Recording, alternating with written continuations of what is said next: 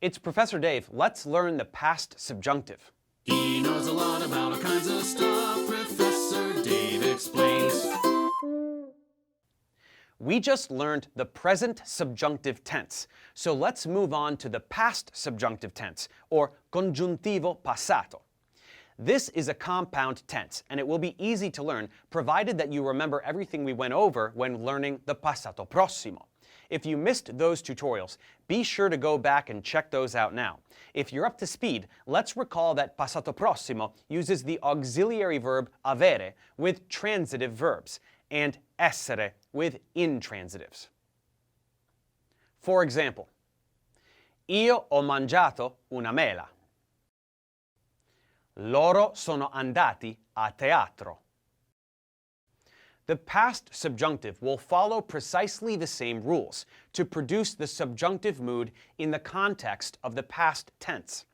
Using the same examples, we have: Lei crede che io abbia mangiato una mela.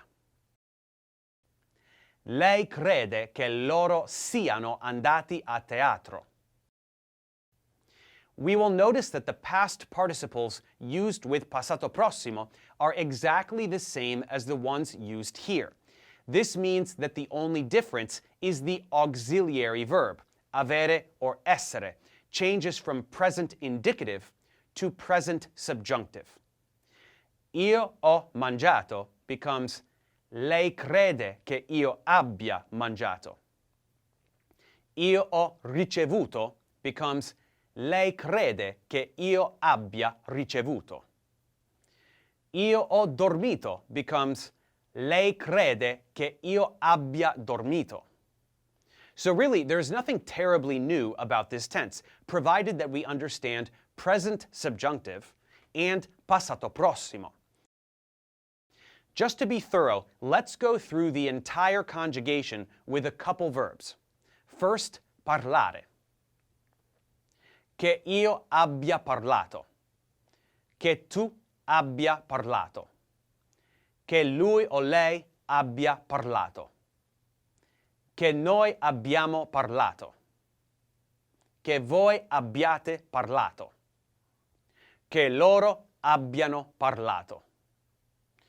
As we said, the past participle never changes unless a direct object pronoun precedes the verb and the auxiliary verb avere goes through the forms we know for the present subjunctive.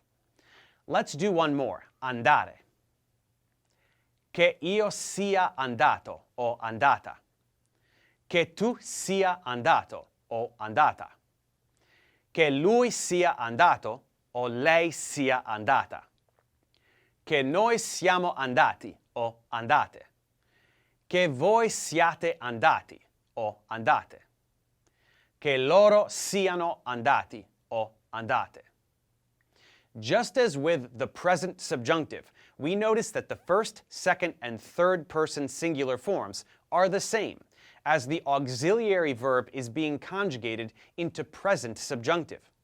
And we simply note that the past participle will not change if the auxiliary verb is avere, but it must agree with the subject if the auxiliary verb is essere, hence the multiple forms for the second example.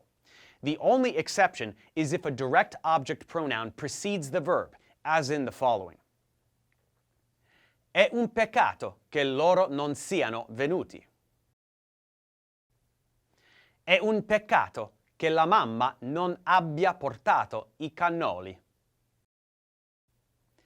È un peccato che la mamma non li abbia trovati. Now that we understand how to form the past subjunctive, let's talk a bit about when to use it. This will come into play anytime we go from contemporaneity of action to priority of action. This is a fancy way of saying that we will use it anytime the action described after the che, or the dependent clause, is described as a past action instead of happening at the same time as the main verb. For example, credo che tu parli troppo. This is the present subjunctive because you believe that someone is currently talking too much. Credo che tu abbia parlato troppo. This is the past subjunctive because you believe that someone talked too much in the past, maybe yesterday or at some specific event in particular, but the period when they talked too much is now over. Another example. È bene che loro vadano dal dottore. Some people are going to the doctor, either in this moment or in the near future. But let's move this action to the past. È bene che loro siano andati dal dottore. It is good that they went to the doctor already, because they could then be diagnosed or get medicine or something else positive. Now that we have gone through the present subjunctive and past subjunctive, io spero che abbiate capito. To make sure that you have, let's check comprehension.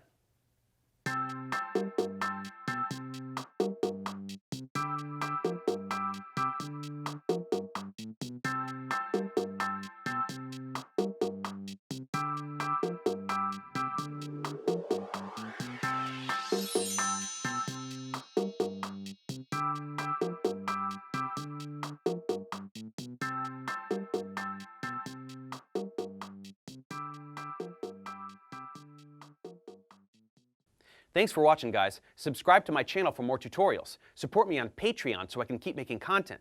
And as always, feel free to email me, ProfessorDaveExplains@gmail.com.